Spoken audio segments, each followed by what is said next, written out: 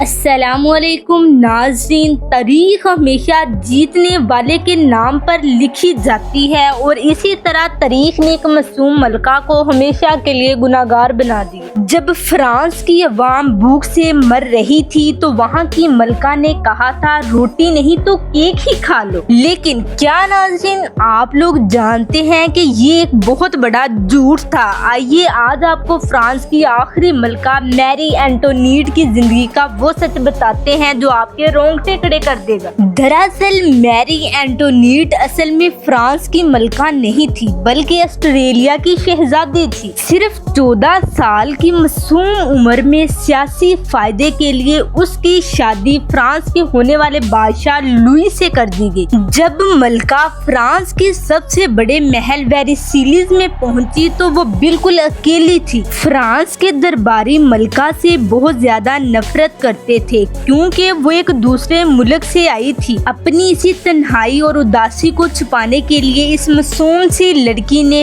Fashion, پارٹیوں، قیمتی لباس اور انوکھے بالوں کے سٹائل میں دل لگانا شروع کر دیا۔ تو ناظرین، جیسے جیسے وقت گزرتا گیا فرانس کے حالات بادشاہ کی غلط پالیسیوں اور جنگوں کی وجہ سے خراب ہونے لگے اور ملک کنگال ہو گیا، لیکن عوام کو لگا کہ ان کا پیسہ ملکہ کی عیاشیوں پر اڑ رہا ہے۔ اسی دوران ملکہ کے دشمنوں نے ایک گندی سیاست کھیلی۔ انہوں نے غریب عوام میں یہ جھوٹی افواہ پھیلا دی کہ ملکہ نے بھوکے بچوں کا مذاق اڑاتے ہوئے کہا ہے کہ اگر روٹی نہیں ہے تو کیک کھا لیں۔ یہ جملہ ناظرین دراصل ایک فرانسیسی فلسفر نے ملکہ کی پیدائش سے پہلے اپنی کتاب میں لکھا، مگر اس جملے کو میری اینٹونیٹ کے نام سے منسوب کر کے پوری عوام کو اس کے خلاف بھڑکا دیا گیا۔ تو ناظرین 1799 میں فرانس کا وہ ہولناک انقلاب آیا جس نے سب کچھ بدل کر رکھ دیا۔ غریب اور غصے سے پاگل عوام نے محل پر دعویٰ بول دیا، ملکہ کو ان کے شوہر اور بچوں کے سامنے گھسیٹا گیا، انہیں ایک ایسی اندھیری اور گندی جیل میں ڈال دیا گیا۔ اس جگہ پر سورج کی روشنی بھی نہیں پہنچتی تھی۔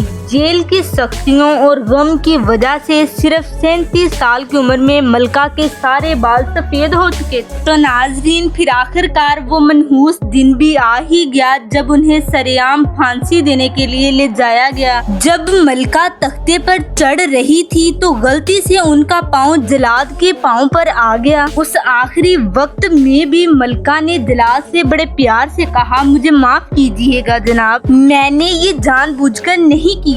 یہ ایک ملکہ کے آخری الفاظ تھے اور اگلے ہی لمحے ایک تیز دھار بلیڈر نے ان کا سر دڑ سے الگ کر دیا۔ تو ناظرین تاریخ دان کہتے ہیں کہ میری اینٹونیٹ ظالم نہیں بلکہ حالات کی شکار ملکہ تھی۔ ناظرین آپ لوگوں کے خیال میں اس دردناک انجام کا اصل ذمہ دار کون تھا؟ وہ کمزور بادشاہ، سیاستدان یا غصے میں اندھی ہوئی عوام؟ کمنٹ میں اپنی رائے ضرور بتائیے گا۔ تو ملتے ہیں ہم آپ لوگوں کو اگلی ویڈیو میں ایک نئی کہانی کے ساتھ۔